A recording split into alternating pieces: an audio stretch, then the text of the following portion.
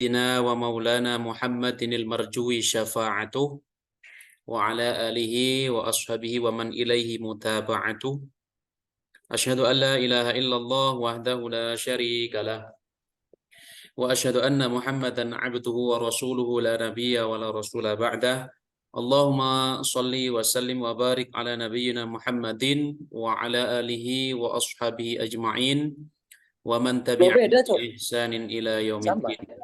Aku pasang فقال tiga kali ya. الله تعالى في كتابه الكريم أعوذ بالله Itu siapa? من Oh ya, pasang الشيطان tiga kali ya. الرجيم قالوا سبحانك لا علم لنا إلا ما علمتنا إنك أنت العليم الحكيم وقال Ini رب beda ya. اشرح لي Bentar صدري ya. ويسر لي أمري واحلل عقدة من لساني يفقه قولي وقال النبي صلى الله عليه وسلم من سلك طريقا يلتمس فيه علما سهل الله له طريقا إلى الجنة صدق الله العظيم وصدق رسوله النبي الكريم ونحن على ذلك من الشاهدين والشاكرين والحمد لله رب العالمين. Alhamdulillah teman-teman yang berbahagia, di malam hari ini kita semua diberikan kesempatan kesehatan oleh Allah Ta'ala sehingga bisa melanjutkan perkuliahan kita peradilan agama di Indonesia. Mudah-mudahan Allah Ta'ala memberikan kemudahan, kemurahan, kelapangan bagi kita semua sehingga apa yang kita pelajari dapat bermanfaat bagi kita semua di dunia ini dan lebih-lebih di akhirat nanti. Salawat beriringan salam, marilah sama-sama kita aturkan keharibaan Nabi besar Muhammad sallallahu alaihi wasallam biqauli Allahumma salli ala sayyidina Muhammad wa ala ali sayyidina Muhammad. Mudah-mudahan kita termasuk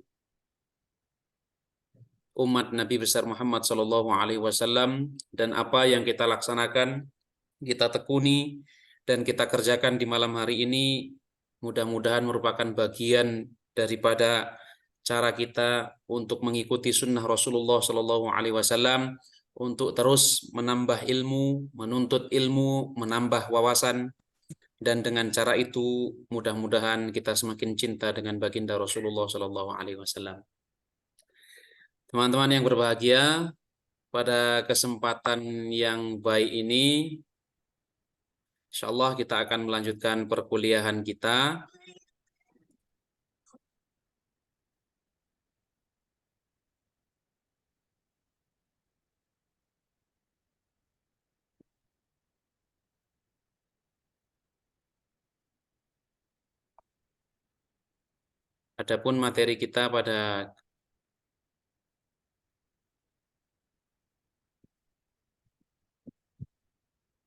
Adapun materi kita pada kesempatan yang baik ini yaitu tentang hukum Islam, masyarakat Indonesia, peradilan agama dan peradilan lainnya.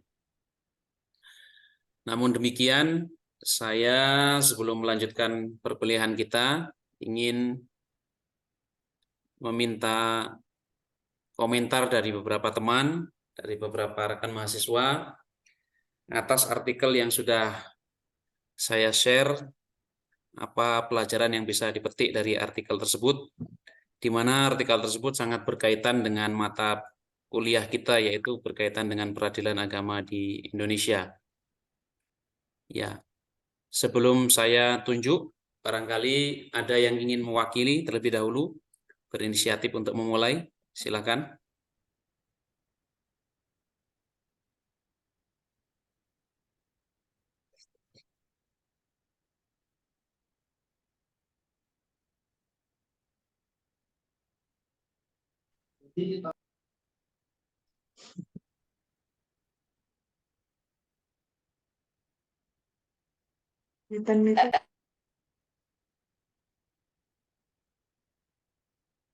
Ya, silakan.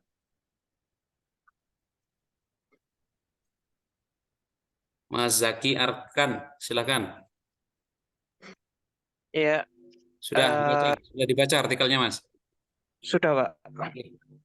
Silakan Mas Zaki share ke kita semua, mudah-mudahan bisa menambah wawasan dan apa yang ditangkap oleh Mas Zaki Mudah-mudahan juga bisa menambah wawasan kita bersama. Silakan, Mas.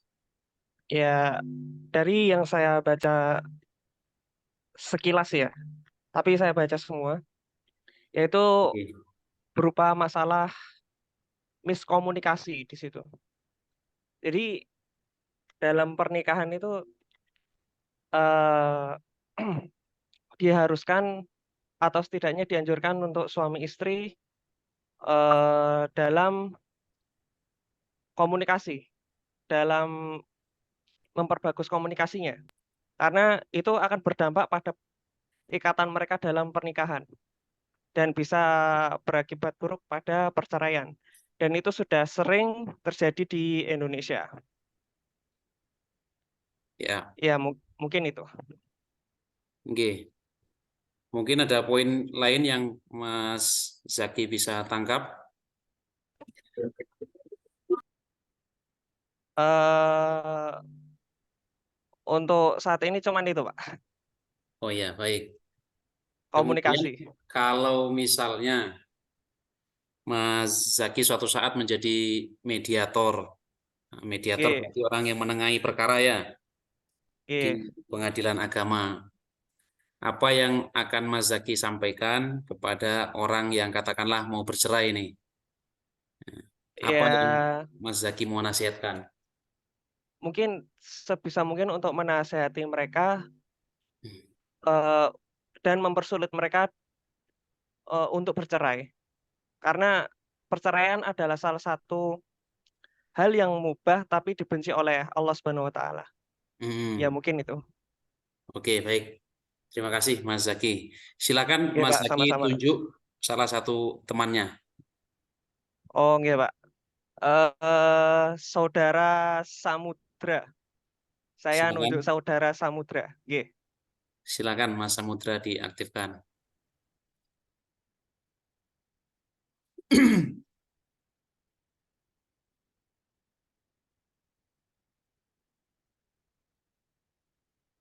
Izin Pak.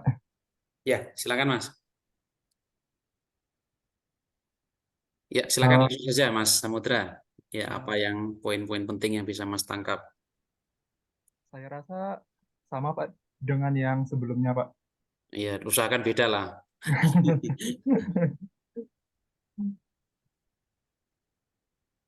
Iya, monggo, nggak apa-apa meskipun sama diungkapkan. Oh iya. Eh, me- menurut saya ini eh, se- sebab dan akibat per, per- perceraian itu ini disebabkan oleh kurangnya ko- komunikasi dan kurangnya perhatian di salah satu pasangan Pak. Hmm, baik. Jadi poin lainnya adalah perhatian dari pasangan itu ya. Ya Pak. Oke. Kemudian, baik. Kalau menurut Mas Samudra, kalau dari pemahaman ataupun dari perspektif Mas Samudra ini, saya nggak tanya perspektif tulisan saya ya. Kalau menurut Mas Samudra sendiri, perceraian yang banyak terjadi itu karena faktor apa? Menurut analisa Mas Samudra. Ini Hmm, di luar tulisan saya ya. Ya, ya. silakan. Eh, Kalau dari saya sih ini karena agamanya kurang kuat dan Oke. menikah itu hanya karena cinta dan tidak memikirkan ke depannya yang lebih lanjut gitu Pak, yang masa susahnya gimana gitu dan hanya memikirkan Ya, yang ke ke ketika yang senang saja gitu Pak. oke, baik. Menarik ya. Jadi landasan agamanya yang kurang kuat ya. Maka dalam setiap persidangan yang dihadiri oleh kedua belah pihak, salah satu yang sering saya dan teman-teman nasihatkan kepada para pihak yang akan bercerai adalah nasihat tentang menjaga sholat, gitu ya. Jadi sholat itu selain sebagai tiang agama, juga dalam konteks berkeluarga sesungguhnya adalah tiang berkeluarga juga. Jadi kalau sholatnya masih rutin, masih dijaga, maka insya Allah Allah masih memberikan kemudahan jalan keluar solusi terhadap masalah keluarga. Tetapi kalau sholatnya sudah tidak dipentingkan, sering ditinggal, apalagi mohon maaf, naudzubillah, maka seringkali masalah rumah tangga yang sepele menjadi rumit, yang masalahnya ribet semakin ribet dan seterusnya. Jadi memang pemahaman agama yang kuat termasuk mengaplikasikan nilai-nilai keagamaan yang dipahami dalam kehidupan berumah tangga itu penting untuk memperkuat, memperkokoh, dan mempererat keharmonisan rumah tangga. Ya, terima kasih Mas Samudra. Ini kita sambil sharing ini. Jadi saling saling belajar, saling membuka wawasan dan saling diskusi. Oke. Silakan Mas Samudra, coba ditunjuk yang mahasiswi.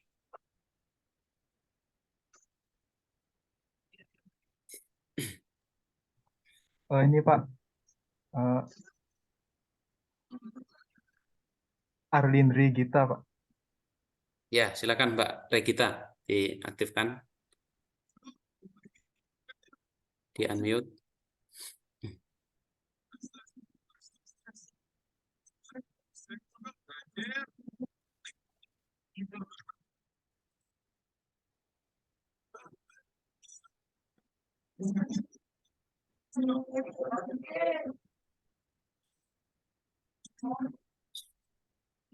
Silakan, ada.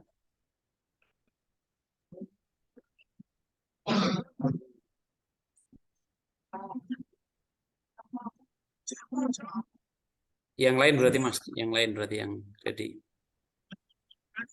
Eh, Marlina Pak.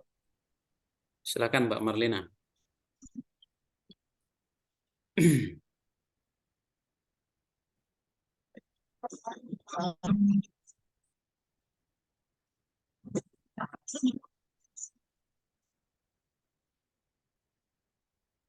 Ada?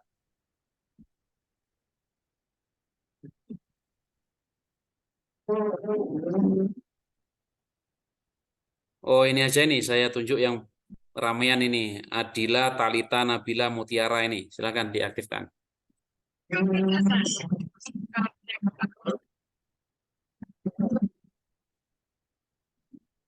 Iya, Pak, gimana? Baik, silakan Mbak. Apa yang bisa Mbak tangkap, Mbak petik poin-poin penting dari artikel yang sudah dibaca terkait dengan perceraian dan komunikasi dalam keluarga.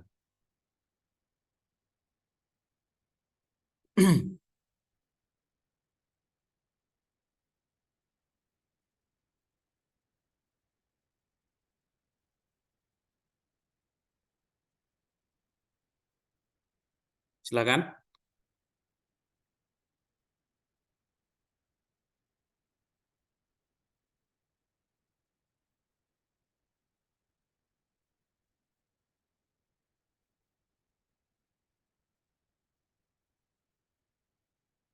Terus kemana ini?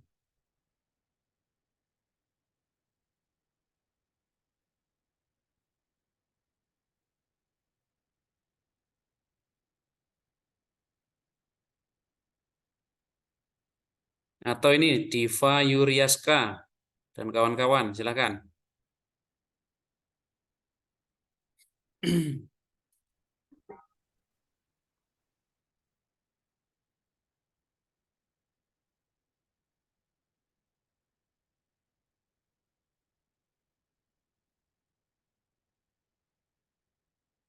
Gimana, Diva?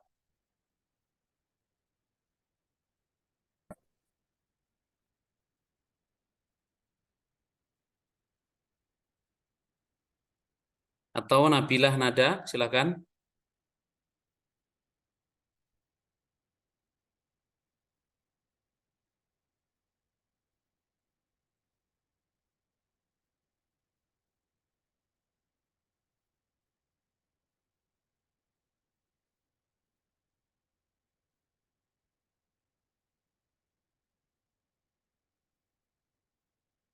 Pada kemana ini teman-teman nih?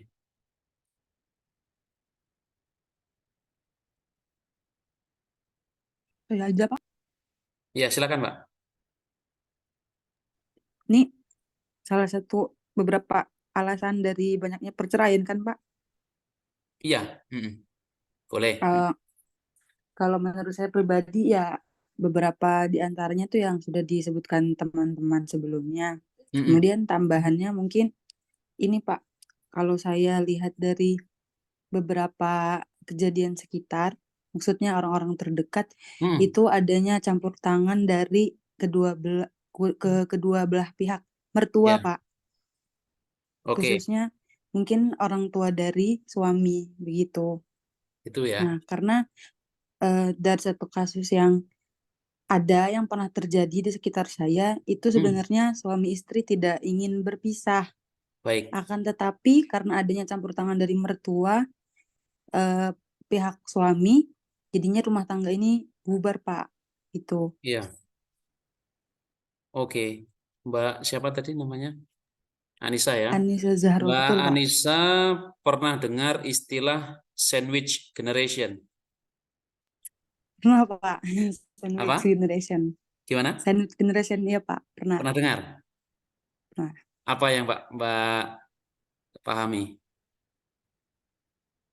kalau sandwich generation itu sama seperti istilahnya, sandwich itu tumpukan. Jadi Mm-mm. maksudnya yang dimaksud dengan sandwich generation ini ketika seorang anak Ya. dia ketika dia sudah dewasa dan punya penghasilan, Hmm. dia memiliki tanggungan tambahan Pak berupa membiayai Iya. adik-adiknya atau membiayai orang tuanya yang sudah tidak mampu lagi Ya. mencari uang.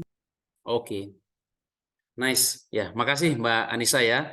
Ini untuk teman-teman yang lain ya, untuk wawasan. Ya, luar biasa Mbak Anissa sudah bisa memaparkan dengan baik. Jadi begini, kaitannya dengan campur tangan pihak ketiga, termasuk mertua, itu memang banyak faktor juga nanti. Ada sub subfaktornya begitu ya. Yang namanya campur tangan itu di satu sisi memang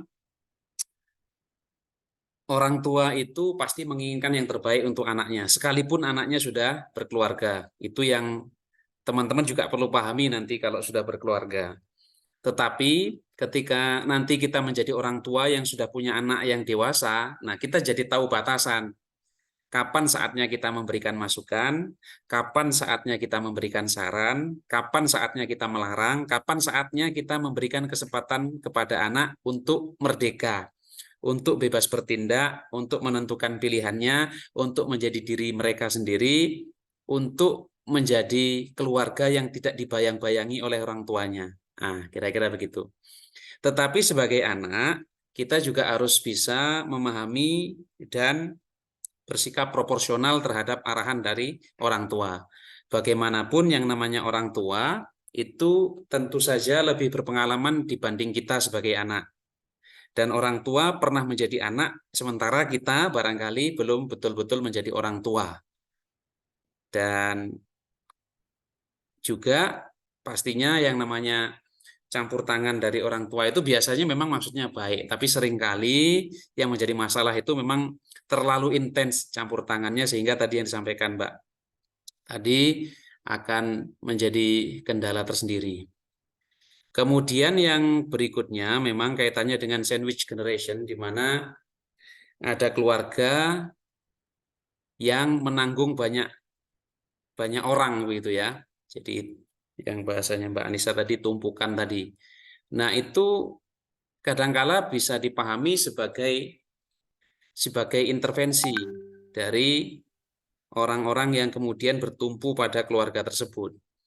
Jadi maksudnya adalah katakanlah misalnya saya sudah berkeluarga, kemudian saya juga ikut membantu orang tua dan lain sebagainya. Kemudian misalnya orang tua saya butuh sesuatu, kemudian dia cerita ke saya, kemudian saya membantu lebih dan lain sebagainya. Itu kalau kemudian kita tidak bisa membahasakan secara baik dengan pasangan kita, itu dianggap intervensi, dianggap campur tangan, dianggap kemudian menjadikan kita tidak mandiri sementara kita punya keluarga sendiri, punya tanggung jawab yang lebih penting. Nah, inilah makanya pentingnya komunikasi dalam keluarga, pentingnya landasan keagamaan yang cukup.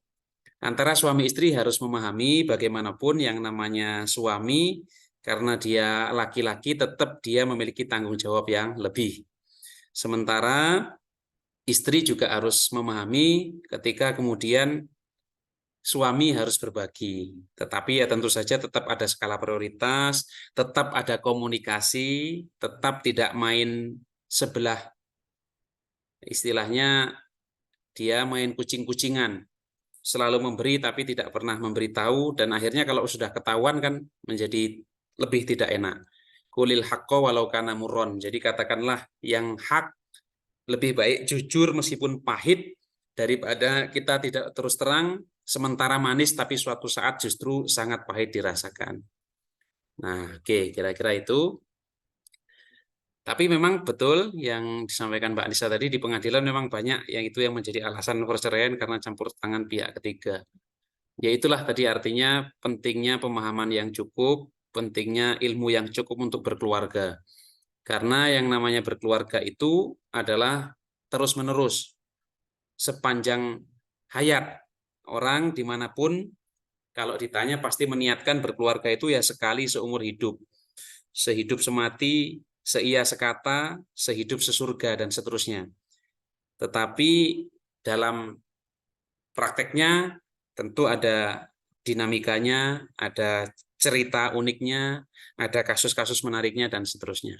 Oke, sebelum kita lanjutkan, saya mau minta satu orang lagi. Kira-kira siapa Mbak Anissa yang ditunjuk?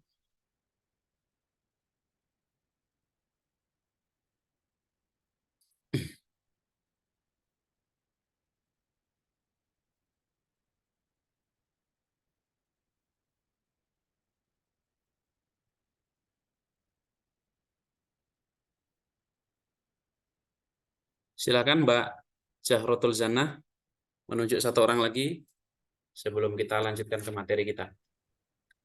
Yuke Yolanda, Pak. Ya, silakan Mbak Yuke. Bismillah. Beruntung orang-orang yang ditunjuk ini berarti berbagi untuk kita semua, memberi manfaat untuk semua yang hadir di Zoom ini, insya Allah. Silakan Mbak Yuke. Oke, baik. Apakah suara saya terdengar, Pak? Iya, sudah terdengar. Sebelum Mbak Yuke cerita tentang perspektif Mbak Yuke, pertama saya minta Mbak Yuke cerita dulu poin penting yang Mbak Yuke petik dari artikel yang sudah Mbak baca. Silakan. Oh iya, baik, Pak.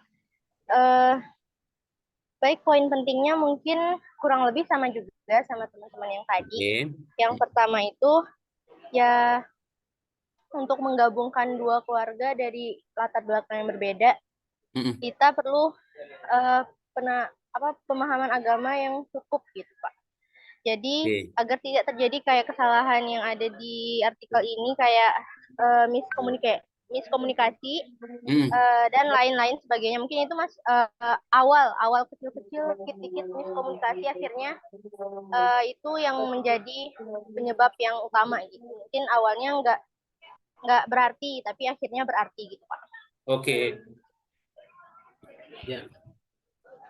Sekarang perspektifnya Mbak Yuke. Mungkin selain agama itu mungkin ada faktor pendukung lainnya gitu, Pak. Seperti psikologi, sosial, ekonomi yang juga bisa mendukung gitu. Faktor agama tadi gitu, Pak. Ya. Jadi sebelum untuk menciptakan keluarga yang sakinah mawaddah warahmah itu kan kita perlu kematangan di segala bidang gitu, Pak. Jadi setelah agama mungkin nanti ke bidang-bidang lainnya yang benar-benar urgent gitu. Baik. Kedewasaan bertindak dan lain sebagainya. Ya. Artinya beberapa faktor yang Mbak Yuke sampaikan tadi kalau tidak dikuasai dengan baik bisa jadi menjadi penyebab perceraian gitu ya. Ya, Pak. Ya. Mungkin nanti kalau kita udah memahami beberapa bidang itu, kita bisa bersikap dengan lebih baik dari sebelumnya. Oke, ya. Menarik ini yang disampaikan Mbak Yuke ya. Jadi teman-teman semua, dalam konteks pernikahan itu nanti juga masing-masing harus memahami psikologi pasangannya, gitu ya. Karena laki-laki secara psikologis pasti berbeda dalam banyak hal dengan perempuan. Sebagaimana perempuan secara psikologis juga memiliki keunikan-keunikan, memiliki hal-hal yang berbeda dengan laki-laki. Tetapi tentu saja yang berbeda tersebut tetap ada persamaannya, pasti. Oke. Kemudian masing-masing itu harus cepat beradaptasi, cepat tanggap, gitu ya. Meskipun yang saya ceritakan di artikel ini tidak semua orang itu punya ilmu kebatinan, gitu ya, dalam tanda kutip ya. Tidak semua orang itu paham dengan kode-kode. Nah, contohnya begini, kalau suami istri lagi jalan-jalan, kemudian lewat rumah makan Padang, istrinya bilang, "Mas, kata temanku rumah makan Permato Bundo ini enak." Nah, statement itu secara letterlek itu hanya sebatas kabar, sebatas info yang memberikan pemahaman bahwa rumah makan Padang Permato Bundo itu enak. Tetapi sesungguhnya di balik itu ada pesan. Ada pesan yang ingin disampaikan bahwa dia lapar, pengen coba. Nah, kira-kira begitu. Itu kalau tidak saling memahami, itu seringkali hal yang demikian bisa menjadi konflik. Nah, oke. Makanya psikologi keluarga itu penting. Dan teman-teman dalam perkuliahan, termasuk kalau mau mendalami hukum keluarga, nanti juga harus dikaitkan dengan psikologi keluarga. Nah, contoh lain misalnya begini, kalau suami istri punya anak, kemudian anaknya pergi ngaji, istrinya bilang, "Pak, ini sudah jam 4, waktunya anak kita pulang." Nah, secara letterlek, secara harfiah, ungkapan istri tersebut hanya memberi kabar kepada suaminya bahwa sekarang sudah jam 4 sore, bahwa saat itu sudah waktunya anak mereka pulang ngaji. Tetapi pesan tersirat dari statement tersebut adalah meminta kepada suaminya untuk jemput anak. Nah, hal-hal yang demikian ini tentunya menarik dan artinya jangan pula teman-teman jadi khawatir nanti kalau berkeluarga kok rumit banget. Enggak. Tetap mengalir seperti air, tapi disitulah pentingnya kita terus belajar. Pentingnya kita terus mengkaji. Pentingnya kita terus mengaji. Kemudian yang namanya laki-laki dan perempuan itu juga masing-masing punya bahasa cintanya. Ada laki-laki yang kalau pulang ke rumah itu langsung diambilkan handuk, dipersilahkan mandi. Ada yang pengen ketika pulang rumah nggak mau ngapa-ngapain dulu, maunya ngobrol dengan istrinya. Ada yang ketika pulang ke rumah maunya segera makan, disiapkan makan. Ada yang ketika pulang ke rumah maunya langsung ngajak istrinya jalan-jalan. Macam-macam. Begitu juga perempuan. Ada yang ketika dia di rumah, suaminya datang, dia pengennya dibawakan oleh-oleh. Nah, maka ada cerita, seorang perempuan setiap suaminya pulang, padahal tempat kerjanya tidak jauh, setiap hari pengen oleh-oleh dan harus beda. Akhirnya suaminya bingung karena dia kerja tidak jauh dari rumah dan seluruh toko yang ada di dekat rumahnya itu sudah dijajaki. Semuanya sudah dibeli untuk dijadikan oleh-oleh ke istrinya. Tapi ya karena bahasa cintanya istri, dia senang kalau diberi hadiah. Ada juga yang tidak senang diberi hadiah, tapi dia sukanya adalah sentuhan. Dia maunya ngobrol berdekatan dan seterusnya. Oke. Jadi macam-macam, termasuk misalnya suami istri ketika suaminya mandi, misalnya meletakkan handuk tidak pada tempatnya, diletakkan di kasur begitu saja, istrinya mungkin bilang, "Mas, handuk letaknya tidak di sini." Secara harfiah sekali lagi, kalimat itu hanya memberikan pesan bahwa meletakkan handuk itu tidak semestinya di situ. Tetapi pesan tersirat di balik itu adalah letakkanlah handuk di jemuran. Nah, kira-kira seperti itu. Oke. Baik, teman-teman semua, dari apa yang kita bahas bersama, dari apa yang disampaikan teman-teman semua tadi, itu menjadi wawasan bagi teman-teman semua betapa luar biasanya kita ngurusi rumah tangga. Jadi bagaimana kemudian kita menyiapkan rumah tangga yang terbaik, dan termasuk di pengadilan agama menyelesaikan konflik rumah tangga itu bukanlah sesuatu yang sederhana, bukanlah sesuatu yang simple, tetapi unik, menarik, dinamis, dan ya seringkali membuat kita emosional. Saya mungkin pernah bercerita ke teman-teman semua saat saya tugas di Natuna. Ini sekedar gambaran kepada teman-teman semua betapa luar biasanya peradilan agama di Indonesia, khususnya para hakim yang bertugas mengadili, menghadapi situasi yang luar biasa dinamis, dihadapkan pada kondisi-kondisi tertentu yang kemudian membuat kita emosional. Emosional tidak harus selalu marah ya. Jadi pas saya tugas di Natuna, saat itu ada perkara cerai gugat yang masuk ke pengadilan. Kemudian kami nasihati, kami terus bujuk supaya perkaranya dicabut untuk rukun kembali mereka sebagai sepasang suami istri. Sampai di persidangan tertentu kami nasihati, kemudian apa jawaban sang istri? Majelis Hakim yang mulia, saya sesungguhnya masih cinta dan sangat menyayangi suami saya. Satu hari saya datangi dia di kontrakannya, karena kebetulan mereka sudah pisah rumah. Saya datangi di kontrakannya, dan saat itu dia sedang bersama dengan, mohon maaf, selingkuhannya. Saat itulah saya bujuk dia, saya rayu dia untuk kembali ke rumah kami. Kemudian kami ingatkan dia bahwa anak kami menanti ayahnya di rumah bersama kami. Tapi apa yang terjadi? Saya tarik tangannya, saya kemudian sentuhkan tangan saya ke tangannya, tapi yang terjadi adalah tangannya justru memeluk selingkuhannya. Nah, hal-hal seperti itu terjadi di persidangan dan terceritakan di persidangan, karena memang yang namanya masalah perceraian itu harus terurai jelas, karena persidangan itu tidak boleh ditutup-tutupi, dan hal itu adalah momen yang sebetulnya sangat membuat kami terenyuh, membuat kami ingin menangis, tapi kami tetap proporsional begitu ya, tetap mengadili secara profesional. Jadi luar biasa ceritanya, luar biasa menariknya.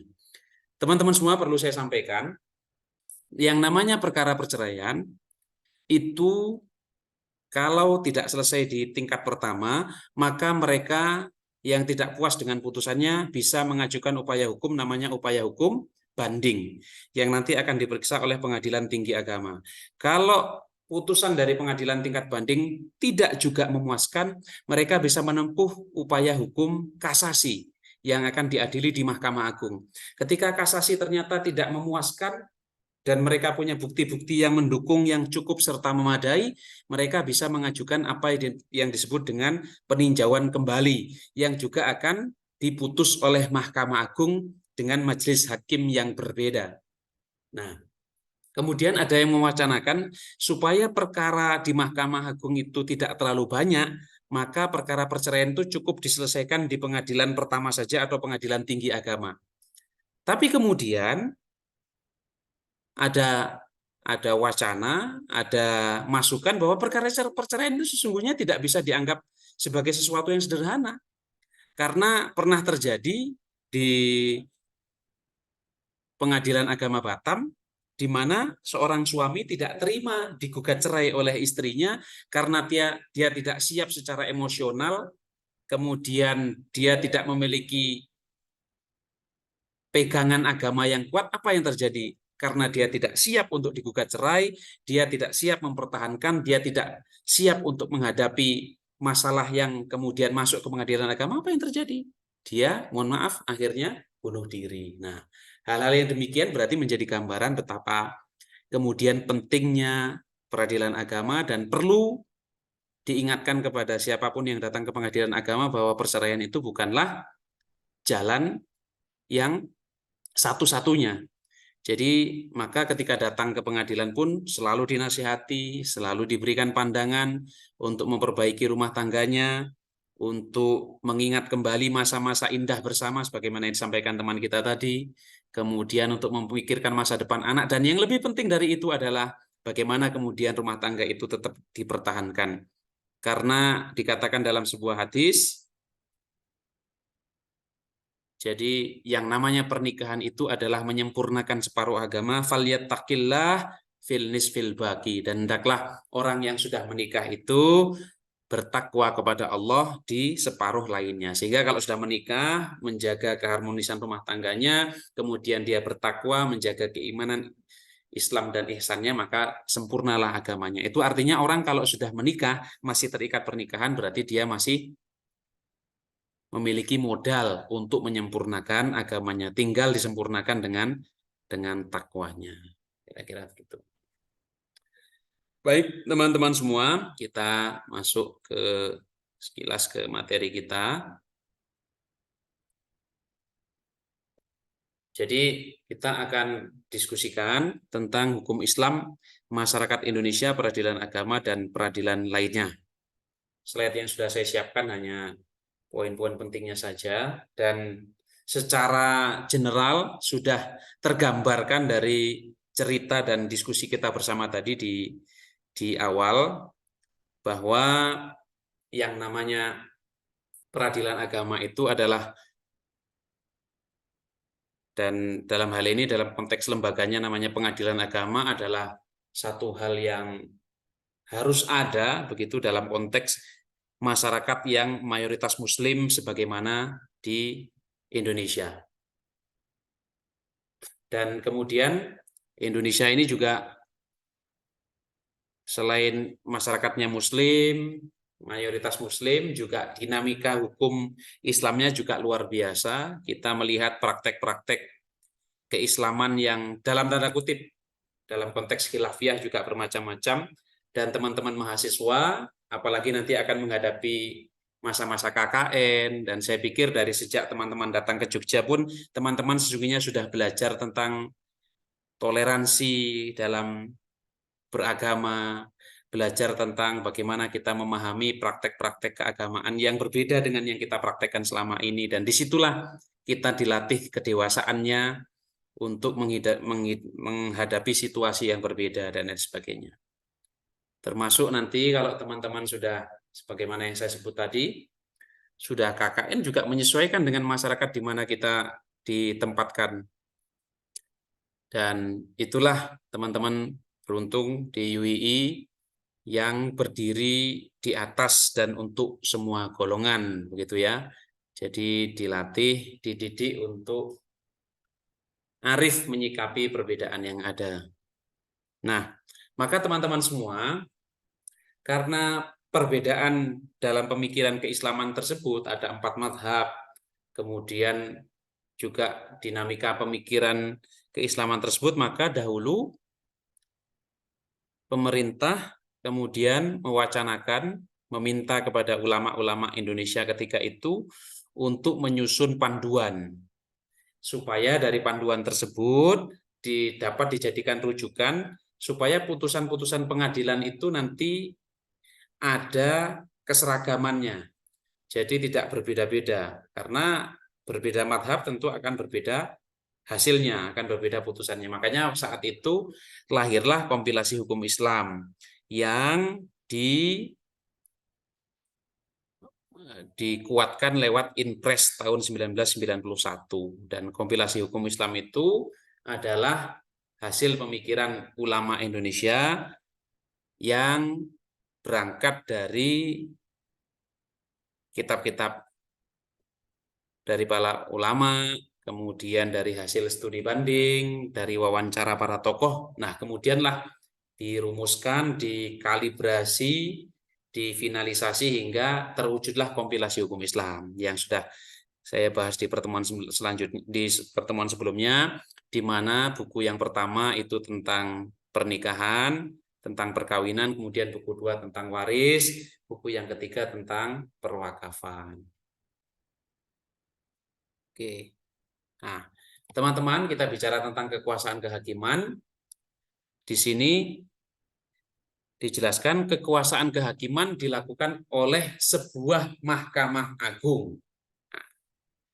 Jadi keberadaan mahkamah agung ini sangat penting dalam konteks pelaksanaan kekuasaan kehakiman.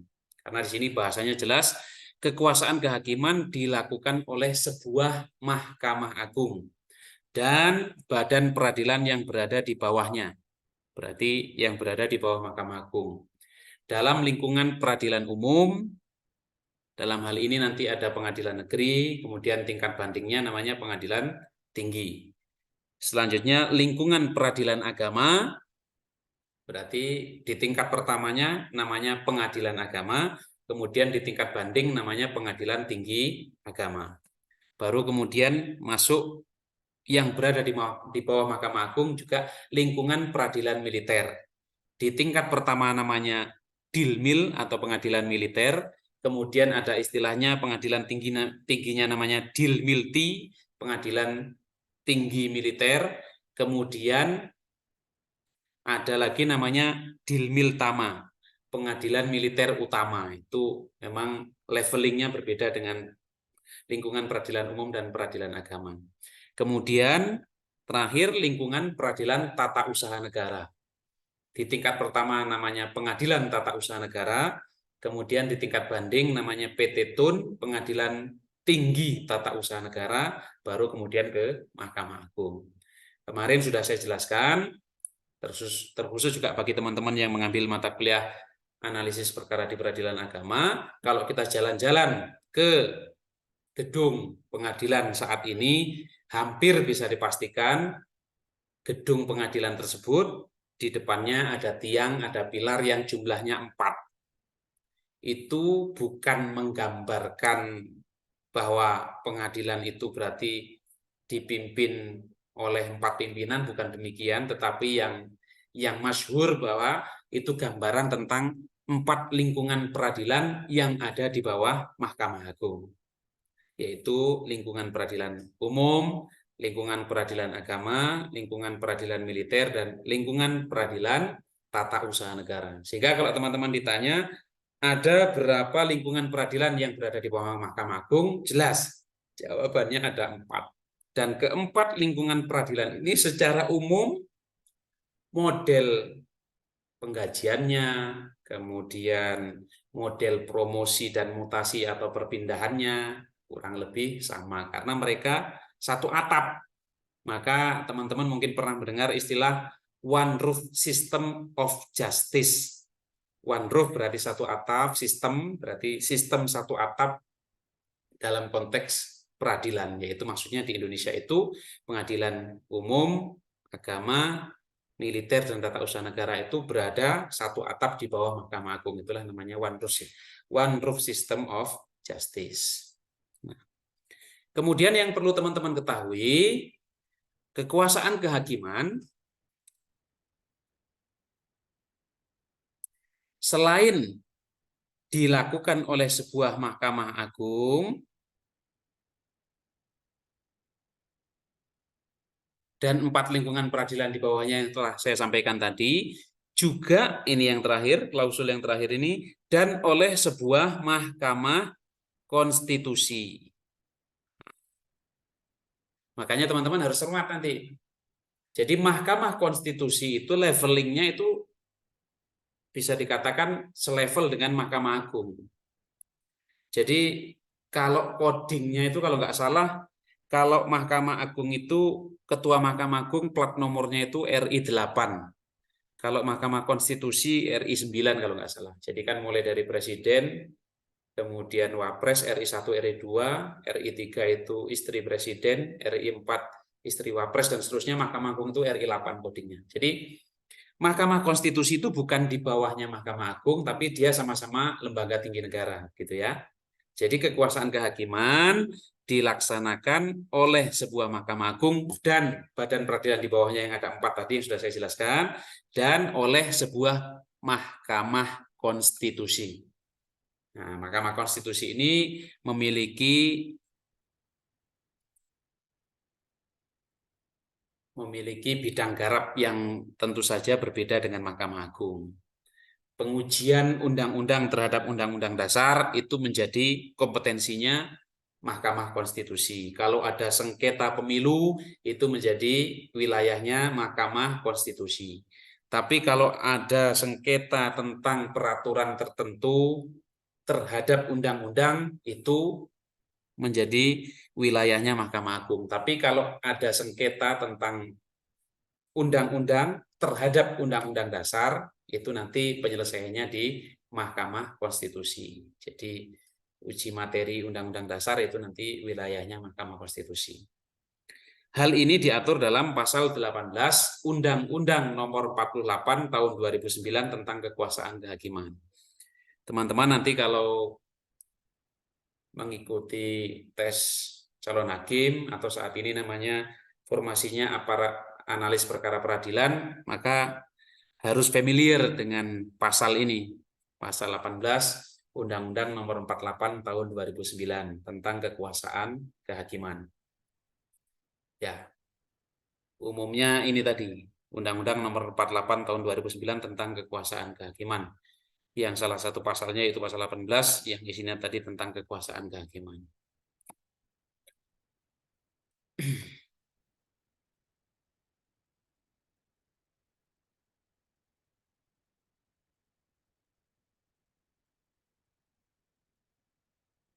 Kemudian berikutnya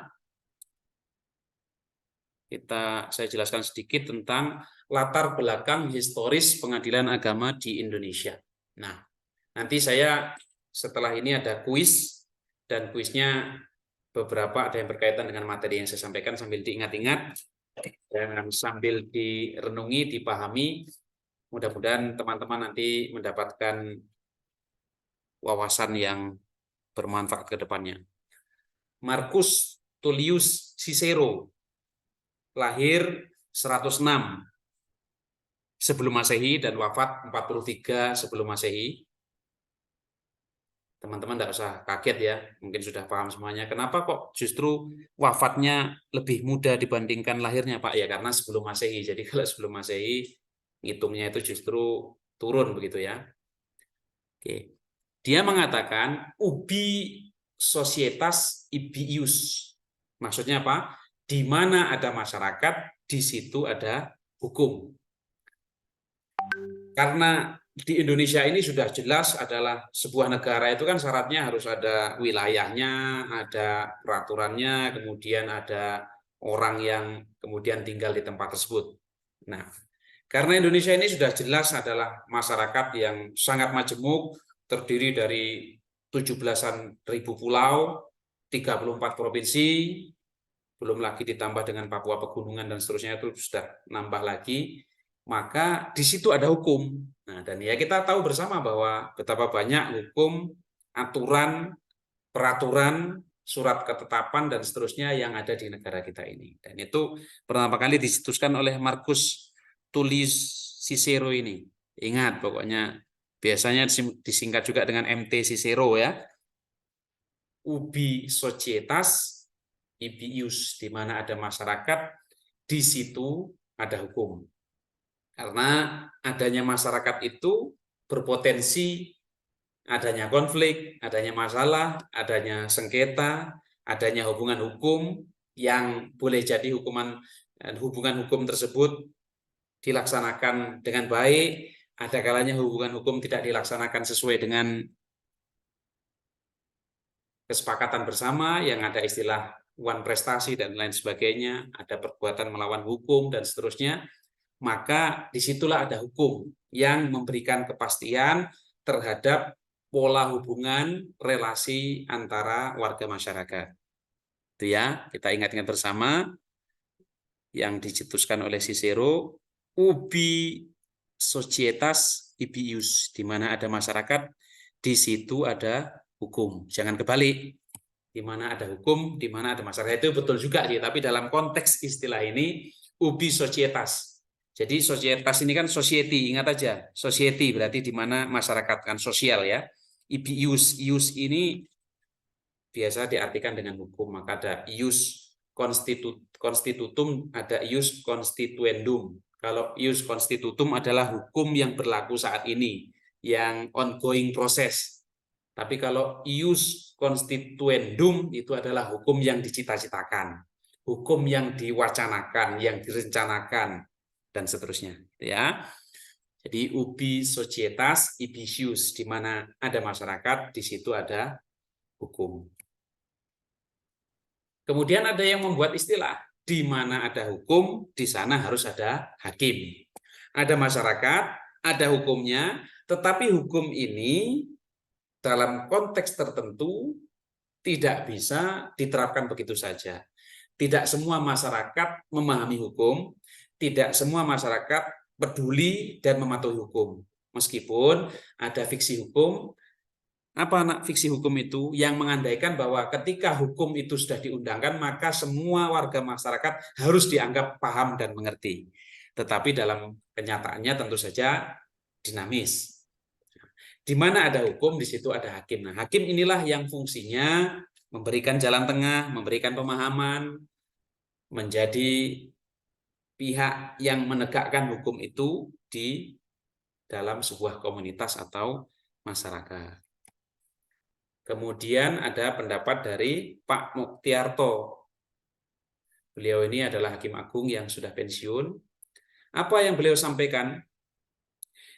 Bahwa di mana ada hukum syariah Islam, maka di situ harus ada hakim syariah Islam. Kalau kita bicara hukum secara umum, secara general, maka betul di mana ada hukum, di situ ada hakim.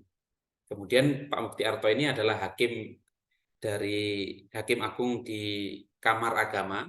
Beliau sebelumnya tentu saja adalah hakim pengadilan agama, kemudian menjadi hakim tinggi pengadilan tinggi agama, dan alhamdulillah beliau saat itu sempat menjabat sebagai hakim agung.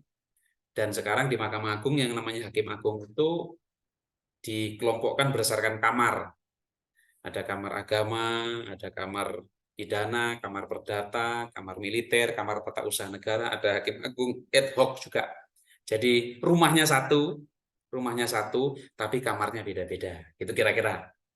Rumahnya apa? Rumahnya Mahkamah Agung. Kamarnya apa? Ada kamar agama, kamar perdata, kamar pidana, kamar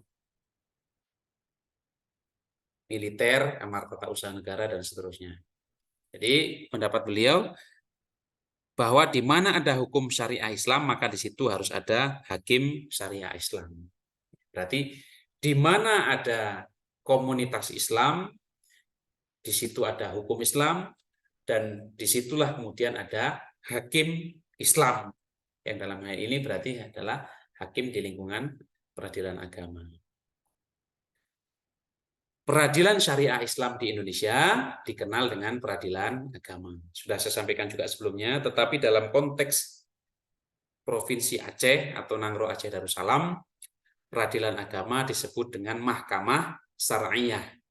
Karena di sana ada kompetensi khusus, ada kekhususan, yaitu di Mahkamah Syariah Aceh itu juga mengadili perkara jinayat atau hukum pidana Islam.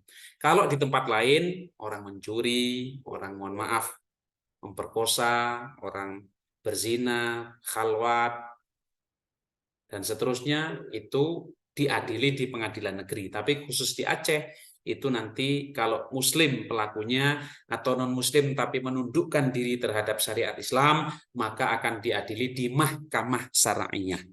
Itu. Maka kalau di pengadilan agama tidak ada istilah jaksa, tapi kalau di Mahkamah Syariah khusus nanti ada jaksa, karena orang yang melakukan perkara pidana Islam tadi harus dituntut oleh jaksa terlebih dahulu, dan seterusnya. Betul. Oke, teman-teman, ini kita pelan-pelan aja, yang penting teman-teman paham. Silahkan sambil jalan kalau ada yang mau ditanyakan, ada yang mau didiskusikan, monggo, silahkan raise hand atau langsung di unmute. Silahkan sampaikan biar kita lebih dinamis. Sambil saya lanjutkan, Undang-Undang tentang Peradilan Agama. Nah, ini penting untuk teman-teman ingat juga.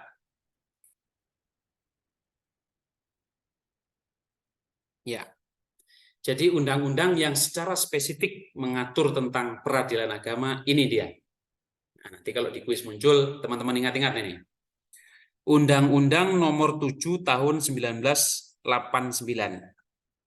Kalau di lingkungan peradilan agama, biasa kita singkat dengan Undang-Undang 7 Tahun 89. Nah, kita kalau nyebut tahun itu biasanya kan disebut ujungnya aja. Tahun 13 ya, berarti 2013. Tahun 22, karena nggak mungkin kan 1922, lebih dekat yang dimaksud adalah tahun 2022. Undang-Undang Nomor 7 Tahun 89 tentang peradilan agama. Nah, di situ disebutkan tentang kompetensi peradilan agama, kemudian apa ini maksud dengan peradilan agama, kemudian juga diatur tentang kedudukannya di mana dan seterusnya. Undang-Undang Nomor 7 Tahun 89 ini tentang peradilan agama ini sudah 2 kali diubah. Pertama, teman-teman semua, diubah dengan Undang-Undang Nomor 3 Tahun 2006. Dia bukan mencabut Undang-Undang Nomor 7 Tahun 89, hanya ada perubahan-perubahan di situ. Nanti bisa kita pelajari bersama. Kemudian Undang-Undang Nomor 2000 di Undang-Undang Nomor 3 Tahun 2006 ini termasuk yang diubah di sini adalah masalah kewenangan peradilan agama dalam bidang ekonomi syariah. Kalau di Undang-Undang Nomor 7 Tahun 89 ini belum disebutkan tentang kewenangan ekosar atau ekonomi syariah.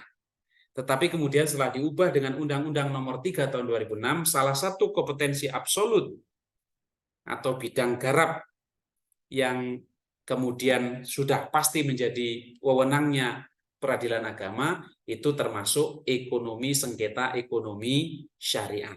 Nanti dijelaskan di bawah. Nah, kemudian setelah tahun 2006 diubah terakhir kali dengan Undang-Undang Nomor 50 Tahun 2009. Oke, jadi Undang-Undang 789 ini sudah 2 kali diubah. Pertama diubah dengan Undang-Undang Nomor 3 Tahun 2006 dan terakhir diubah dengan Undang-Undang Nomor 50 Tahun 2009. Tuh, ingat-ingat.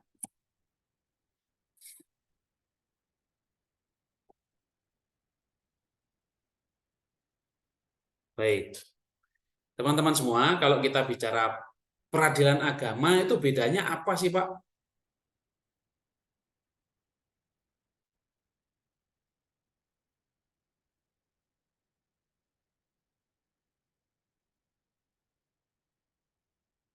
Apa bedanya peradilan agama dan pengadilan agama? Ada yang mau bantu jawab?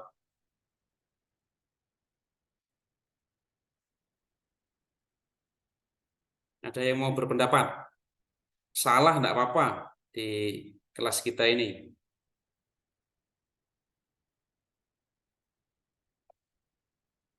Silakan. Apa bedanya peradilan agama dan pengadilan agama? Silakan, Mbak Rima. Kalau peradilan itu proses menerapkan dan menegakkan hukum. Demikian. Nah, kalau pengadilan itu tempat mengadili dan membantu para pencari keadilan agar tercapai suatu peradilan. Ya, baik. Ya, bagus, Mbak Rima. Ada yang lain yang mau berpendapat?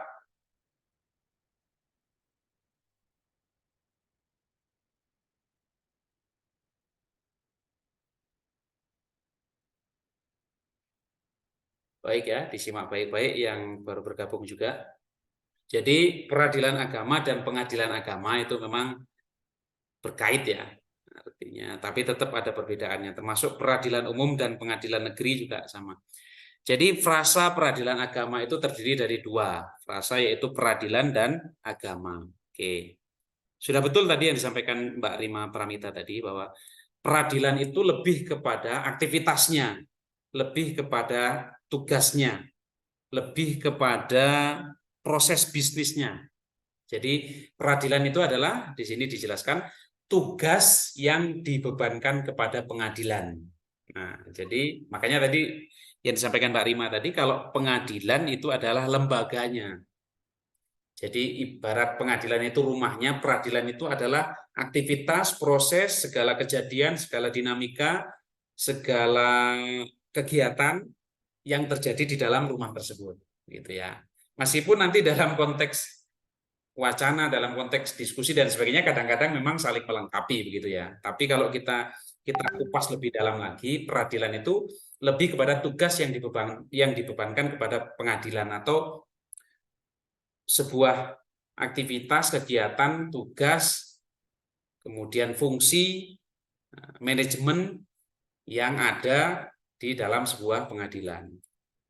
Sementara pengadilan itu adalah organ atau badan yang menjalankan tugas atau fungsi peradilan. Persis yang disampaikan Pak Rima tadi ya. Jadi kalau kita bicara peradilan itu lebih kepada aktivitas dan lebih luas begitu ya. Tapi kalau bicara pengadilan itu lebih kepada sebuah tempat, sebuah lokasi begitu ya. Makanya di sini dijelaskan organ atau badan yang menjalankan fungsi, menjalankan tugas atau fungsi dari peradilan. Nah, ini penting diingat oleh teman-teman semua.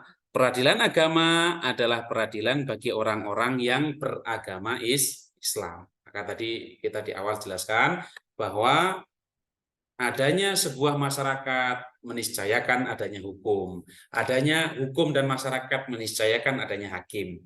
Adanya masyarakat Islam meniscayakan adanya eksistensi, perkembangan, dinamika, dan pembaruan dalam bidang hukum Islam. Dan adanya segenap dinamika hukum Islam atau syariah itu meniscayakan adanya hakim agama.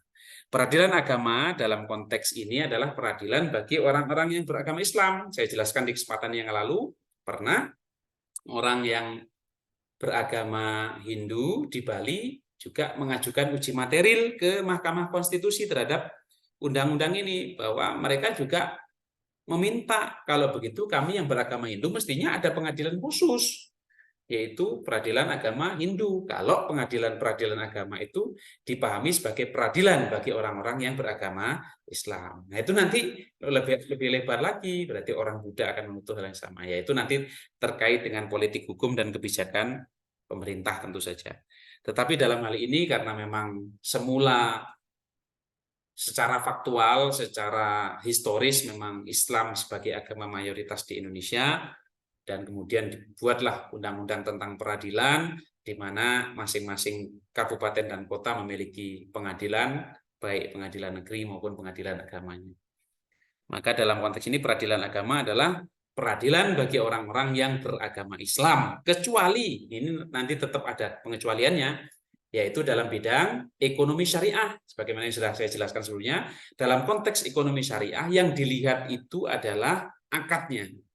Jadi meskipun dia Konghucu, meskipun dia Katolik, dia Protestan, dia Hindu, dia Buddha, kalau dia meminjam uang di bank syariah atau di BMT, ya, namanya BMT pasti rata-rata syariah ya, Baitul Mal wa Tamwil, atau di koperasi syariah, kemudian terjadi sengketa, terjadi masalah, terjadi dinamika di sana, tidak bisa diselesaikan secara kekeluargaan, maka nanti penyelesaiannya di pengadilan agama, karena konteksnya di akadnya tadi. Maka nanti terkait dengan asas, kita nanti akan bicara tentang asas-asas penting di peradilan agama.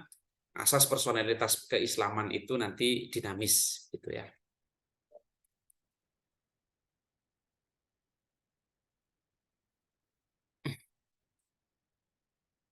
Oke, sebagaimana yang saya jelaskan di awal tadi, bahwa pengadilan agama itu khususnya kita rujuk di Undang-Undang Nomor 3 Tahun 2006, pengadilan agama bertugas dan berwenang memeriksa, memutus, dan menyelesaikan perkara. Ini teman-teman semua perlu diingat bahwa tugas lingkungan peradilan manapun sesungguhnya tidak lepas dari tiga hal ini, yaitu memeriksa, setelah memeriksa kemudian memutus, setelah diputus juga diselesaikan. Karena sesuatu yang diputus belum tentu selesai. Misalnya perkara harta bersama, sudah diputus suami istri betul memiliki harta bersama, kemudian suami dapat 50% dari harta bersama tersebut, istri dapat 50%. Sudah diputus, diketok palu. Tapi mereka tidak melaksanakan isi putusan tersebut secara sukarela, maka nanti ada penyelesaiannya. Penyelesaiannya apa? Lewat jalur eksekusi. Dalam perkara cerai talak misalnya, sudah diputus, di mana sang suami diberikan izin untuk menjatuhkan talak satu roj'i terhadap termohon atau istrinya. Itu tidak selesai. Harus diselesaikan nanti kalau putusannya sudah berkekuatan hukum tetap atau inkrah van guwitz, maka selanjutnya akan dipanggil pemohon dan termohon untuk menghadiri sidang ikrar talak. Itulah yang salah satu yang dimaksud dengan menyelesaikan perkara. Jadi tugas pengadilan secara umum adalah memeriksa, memutus, dan menyelesaikan perkara. Bahkan ada yang menambahi biasanya menerima. Ya, karena sebelum diperiksa pasti harus diterima dulu. Nah, khusus untuk pengadilan agama,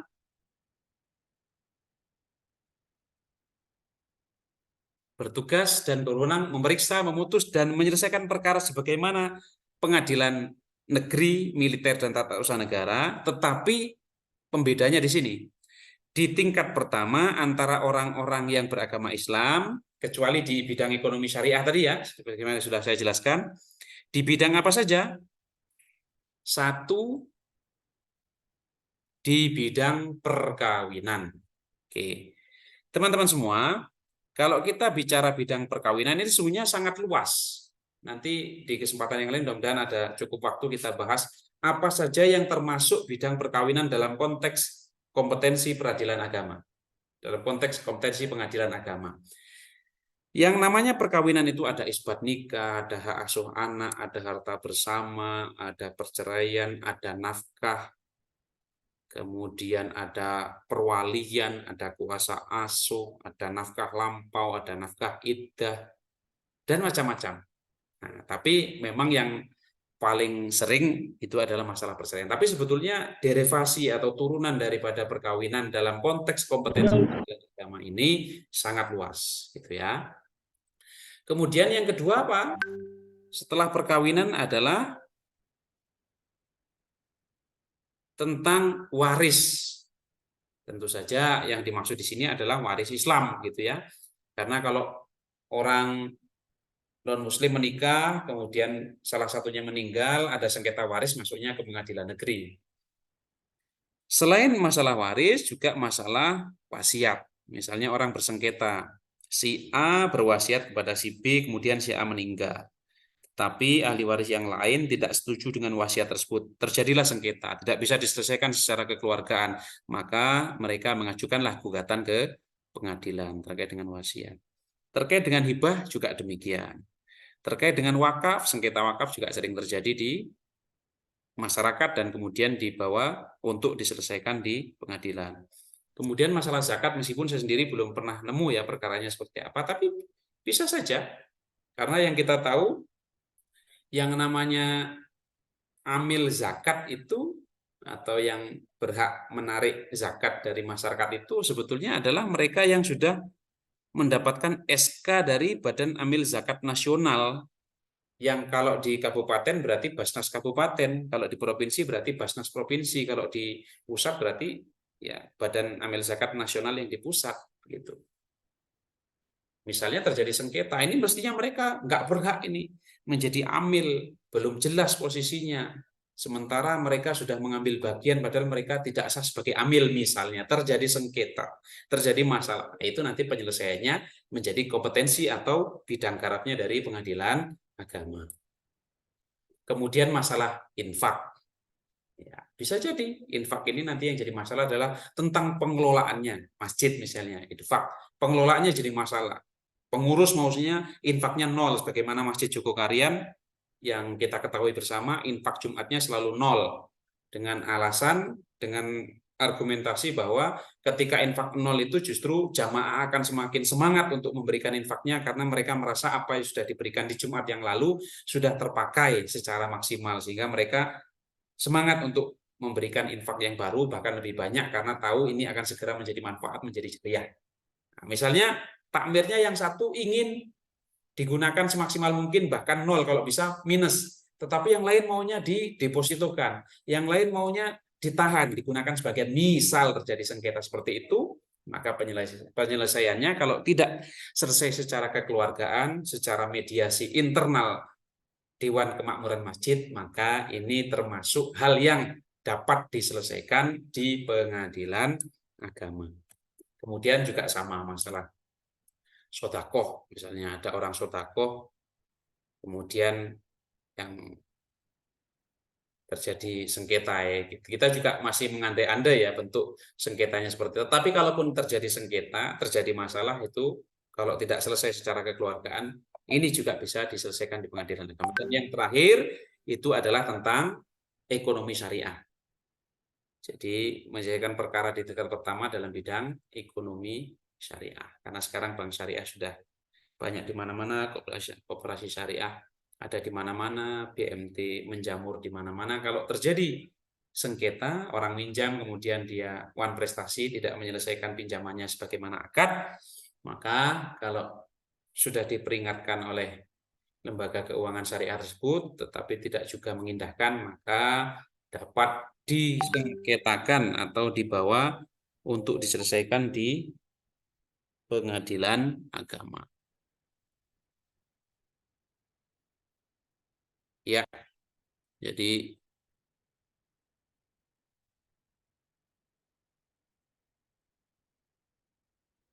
itu terkait dengan materi kita, dan sebelum kita lanjutkan presensi terlebih dahulu, silakan.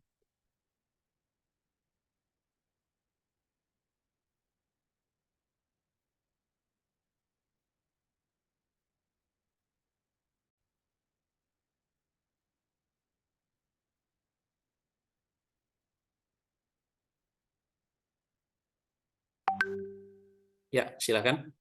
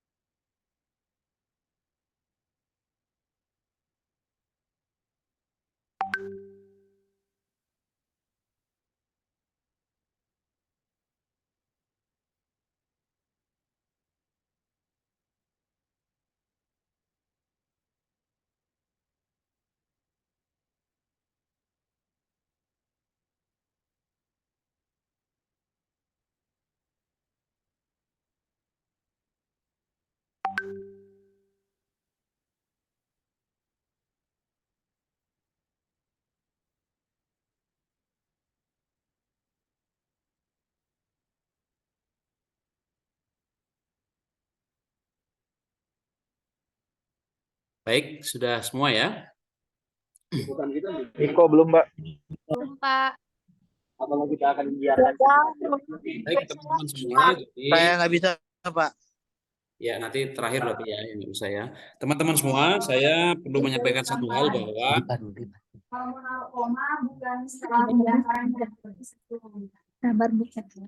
baik, yang lain di unmute ya.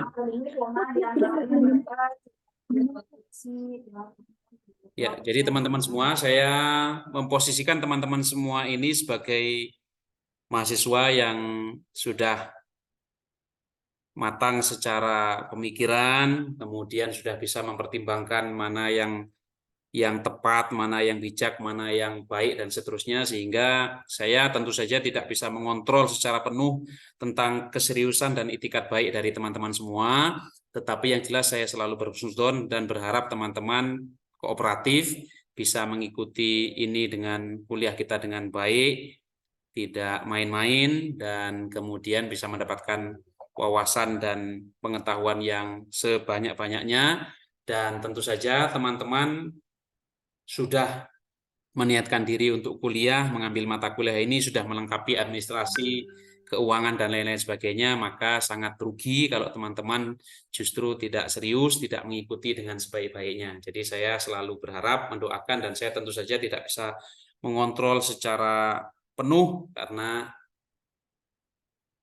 media yang kita gunakan adalah media pembelajaran jarak jauh, tetapi saya berharap teman-teman tetap serius, tetap semangat, dan kita sama-sama mendoakan yang terbaik. Teman-teman bisa sukses, bisa mendapatkan pengetahuan ilmu yang bermanfaat.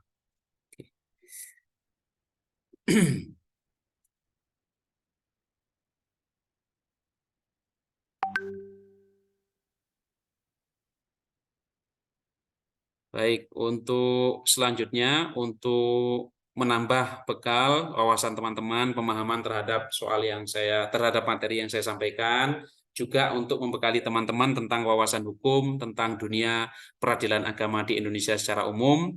Meskipun belum saya sampaikan secara keseluruhan, tidak apa-apa. Paling tidak saya ingin mengetahui wawasan dan pengetahuan teman-teman, begitu ya. Jadi soal yang saya siapkan ini tidak semuanya sudah terjelaskan dalam slide presentasi saya, tetapi nggak usah khawatir teman-teman, yang penting diisi.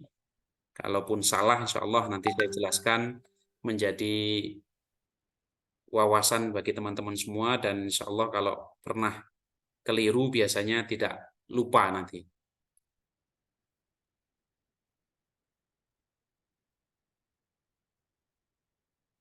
Ya, silakan disiapkan.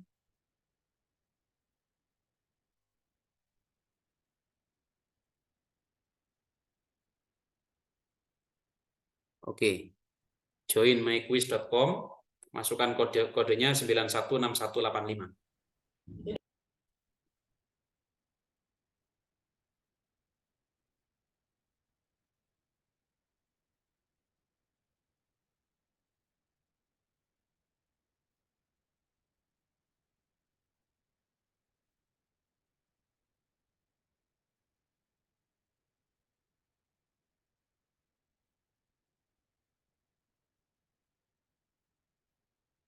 Termasuk dalam kuis ini teman-teman semua ya, nanti ada salah satu soal tentang mediasi. Jadi dalam mediasi itu nanti ada resum perkara, yaitu para pihak diminta untuk menuliskan tentang sikap mereka terhadap perkara yang disengketakan.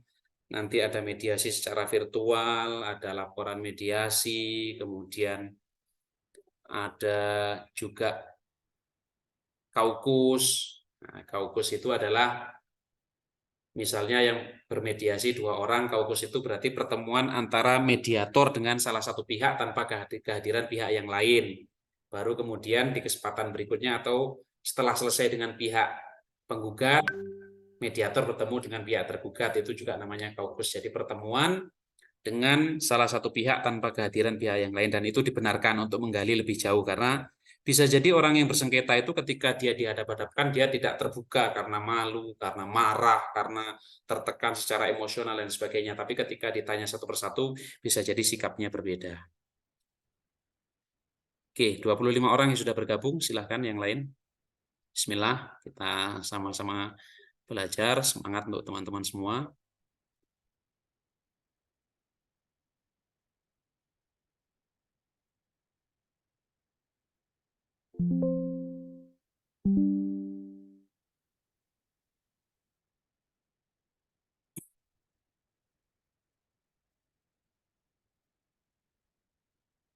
Sambil kita nunggu yang lain join, kalau misalnya ada yang mau ditanyakan, saya persilakan juga, silakan.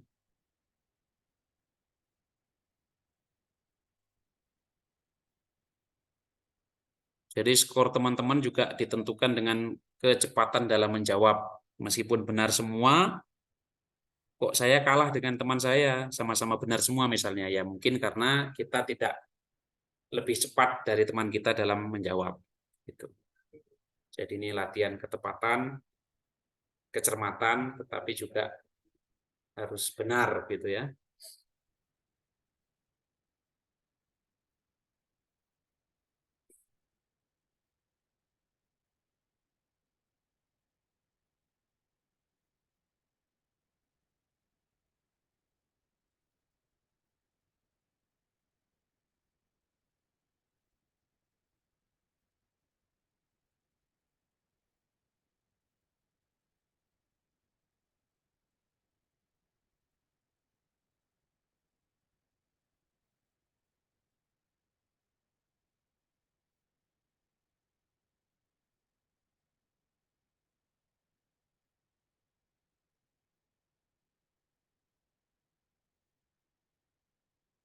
Ya, silakan. Baru 34 ini.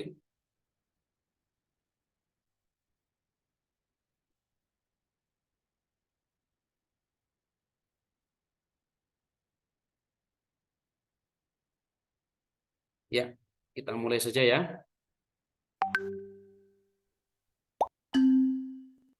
Silakan dikerjakan dalam waktu 5 menit ke depan.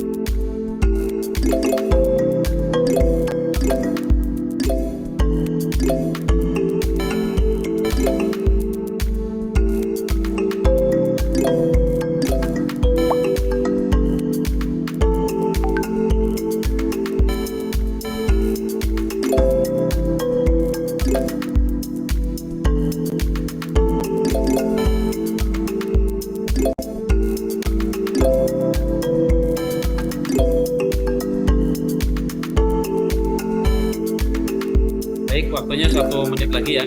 Silakan.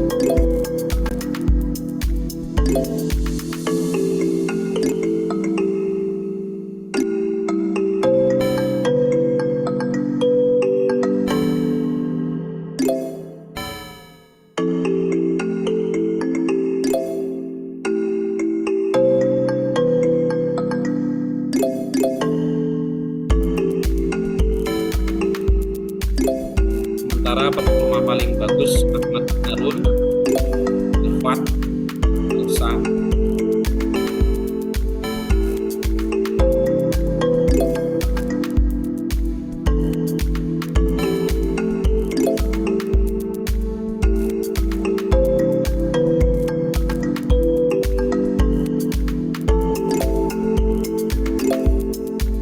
Menit lagi.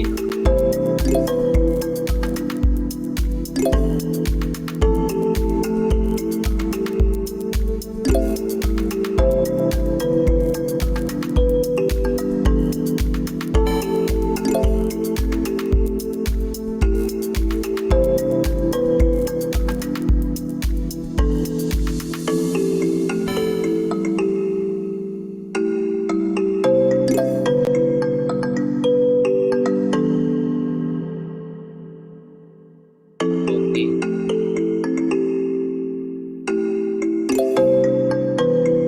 Ya.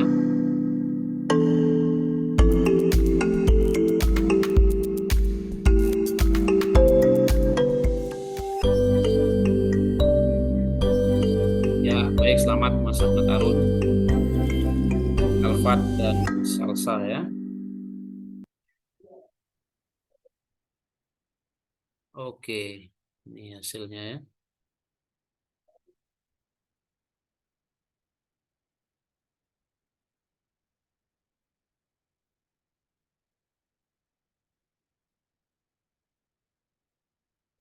Yang bawah ini banyak nggak jawab ini.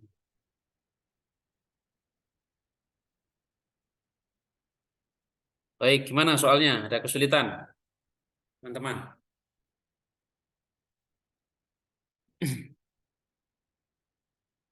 Baik, kita bahas satu persatu ya, supaya teman-teman tambah paham, diingat-ingat, dan mudah-mudahan menambah manfaat untuk kita semua. Jadi, bila terjadi perselisihan atau persengketaan di perbankan syariah, di lembaga manakah penyelesaian sengketanya akan dilakukan? Tentu saja pengadilan agama ya. Masih ada 9 yang salah. Yang salah itu jawab apa?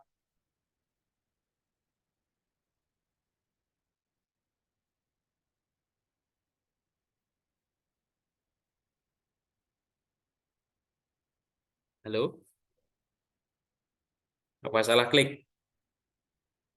Kalau KUA ini untuk menikah, Kementerian Agama, dia secara umum pengadilan negeri, tentu saja yang non syariah ya. Kemudian hak pilih bagi pihak-pihak yang melakukan perjanjian untuk membatalkan perjanjian atau melanjutkannya selama belum beranjak dari lokasi perjanjian disebut khiyar majlis ya, khiyarul majlis ya, masih dalam satu majlis maksudnya. Khiyar aib itu kalau ada aib dikembalikan, ada cacatnya dikembalikan, dan seterusnya. Oke, diingat-ingat.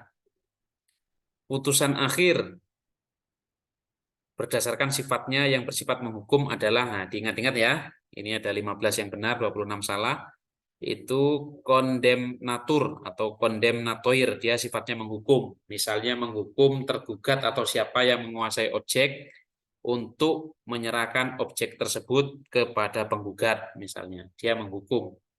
Itulah nanti yang bisa dieksekusi kalau ada amar yang sifatnya menghukum. Istilahnya kondemnatur.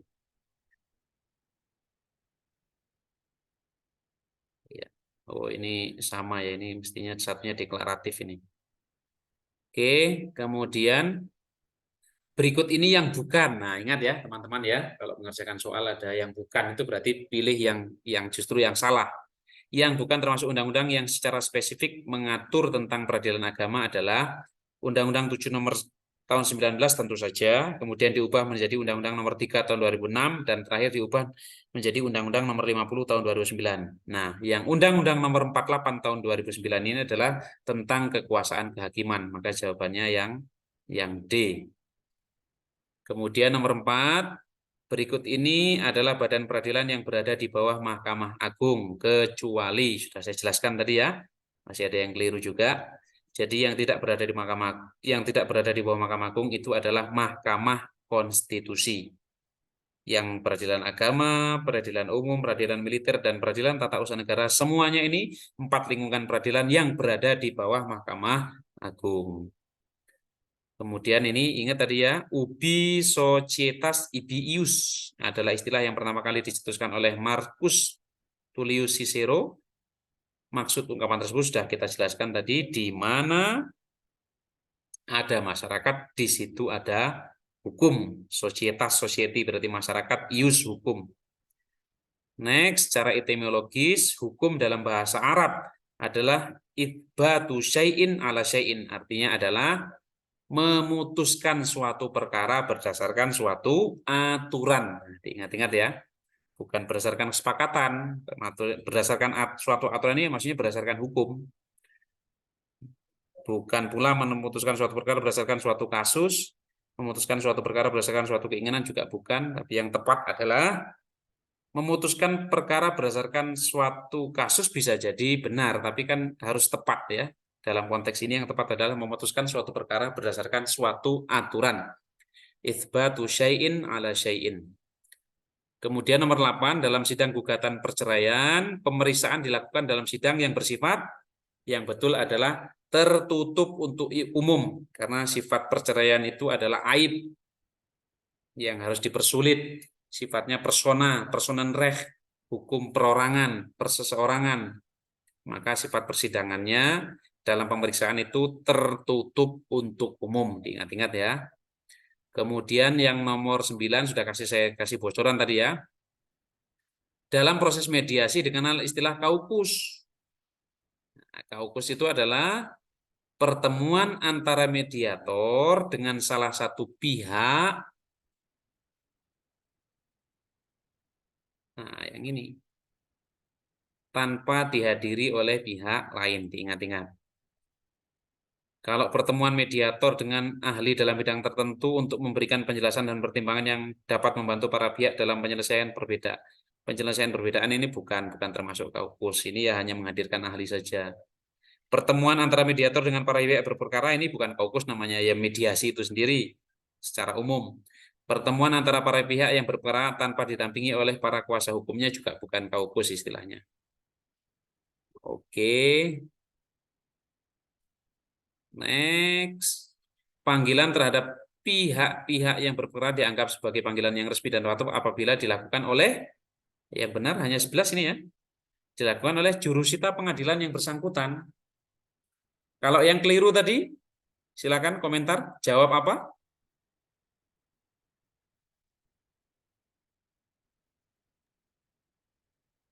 Yang B, Pak. Ketua majelis. Ya, kalau ketua majelis kan menyidangkan perkara, nggak mungkin dia memanggil. Jadi kalau panggilan untuk menghadiri sidang itu dilaksanakan oleh jurusita pengadilan. Ketua pengadilan juga tidak bertugas untuk itu. Panitera juga bukan tugasnya untuk memanggil, tapi memanggil itu adalah jurusita. Oke, terakhir, berdasarkan Undang-Undang Nomor 3 Tahun 2006 tentang perubahan atas Undang-Undang Nomor 7 Tahun 1989 tentang peradilan agama, Pengadilan Agama bertugas dan wewenang memutus dan menyelesaikan perkara tingkat pertama antara orang-orang yang beragama Islam bidang berikut ini kecuali ekonomi konvensional. Tadi sudah saya jelaskan kan, perkawinan dan seterusnya tadi. Oke.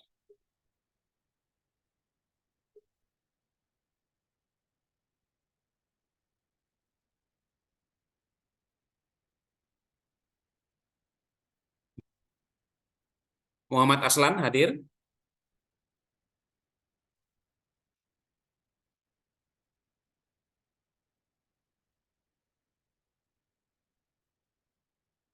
Muhammad Akib Jalaluddin hadir. Adinda. Abdus Salam Hadir, Pak. Adinda izin sakit, Pak. Oh, yang WA saya bukan ya? Adinda. Adinda Roda Turiska ya, izin sakit ya. Oke. Izin sakit. Kemudian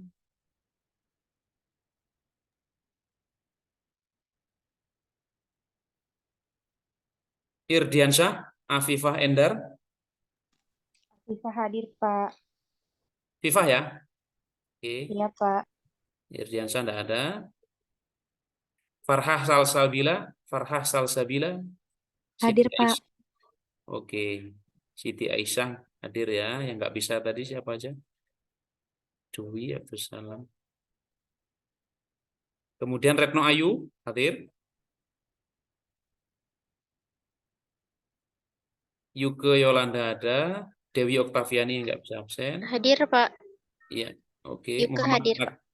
Muhammad Akbar, Malikus Soleh. Nggak ada ya. Rizka Maulidia. Sepertinya ada tadi ya. Ada yang lihat tadi? Hadir, Pak, tadi. Ya. Muhammad Arifin, Hanif Muhana, Anti Jawarotu Nafisa, Anissa Rahmadani. Hadir, Pak. Anissa hadir. Anti sama Muhammad Hanif nggak ada.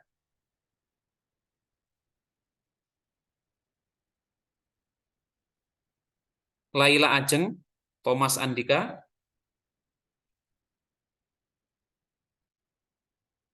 Oke, baik. Ya, teman-teman, insya Allah nanti kita bertemu lagi di pertemuan mendatang dengan materi selanjutnya.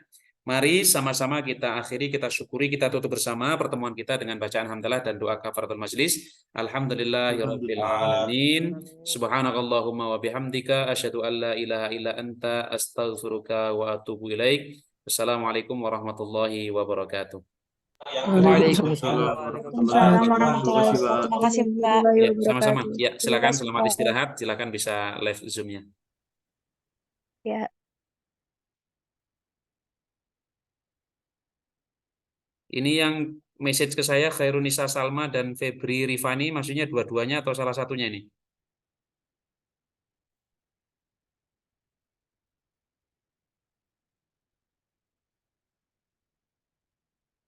Oke. Jumat Khairana Salma.